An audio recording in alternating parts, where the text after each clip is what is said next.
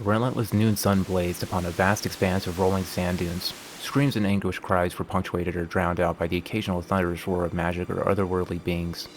Two kingdoms were engaged in a fierce battle for supremacy. On this unforgiving landscape, the kingdom of Alma, donned in their thick plate armor, had invaded the small tribal kingdom of Dravia. They coveted Dravia's rare resources and their prosperous trade cities. A Dravian tribesman of Isla Ball had spotted the convoy of Almond soldiers.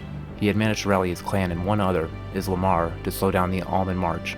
They used hit-and-run tactics, but as the Almonds made their way across the massive sandfields, the clans no longer had the cover to maintain their strategy. They were forced to wait for the other clans, as the Almonds drew ever closer to their capital city. As the 12 tribes of Dravia and the capital city's army moved to join the battle, the tribes that were already there had a tough choice to make. Do they retreat to the capital, or do they challenge the Almonds, outnumbered, in an environment wholly their own? They decided on the latter. To even the odds, they devoted their clan's wishes to summoning abominations from other realms, that they could only control for a brief time. They would send these grotesqueries charging at the Almond line with reckless abandon. They would slaughter whoever was unfortunate enough to be near them before being put down.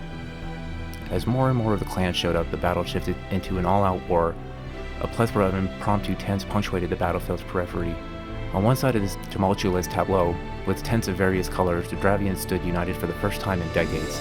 Their attire, a harmonious blend of colorful hues, flowed like a river between the tents. Their witches swirled in a mesmerizing choreography, spellcasting as they danced in swaying, hypnotic motions. Their gold chains bounced in rhythm, creating a soft ringing song.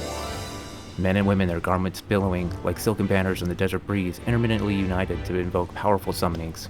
It conjured forth the grotesque and the shrill.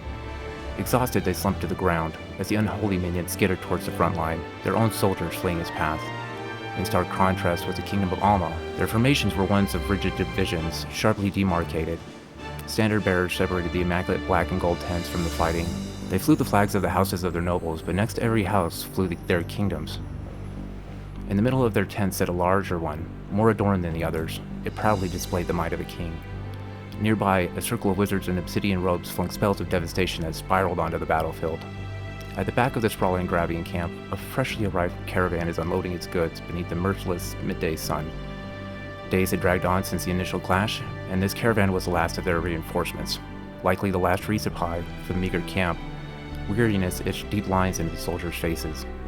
Had it not been for the Almond forces' heavy armor and the scorching sun, they might have already been overrun. It took time to gather the nomadic tribes of Dravia, and the Almonds' unpreparedness had bought them that time. Unfortunately for Dravia, though, the Almonds learned pretty quickly how to avoid inflicting their own men with heatstroke. They adopted the use of magically cool stones and reduced their reliance on their signature bulky metal armor. Beside the caravan stood a large tent, quickly erected upon their arrival, and uniquely guarded by chainmail-clad sentries, a rare sight in the Dravian camp. The guards brandished large metal halberds of extraordinary length. Leah, a tan girl in a simple one-piece dress wearing a large steel collar, approached the entrance of the tent, carrying a silver tray of food. The guard at the entrance greeted her with a nod. She returned the gesture solemnly. Then she was joined by two guards on both sides of her. The guard opened the tent's entrance, and Leah walked in with her escort.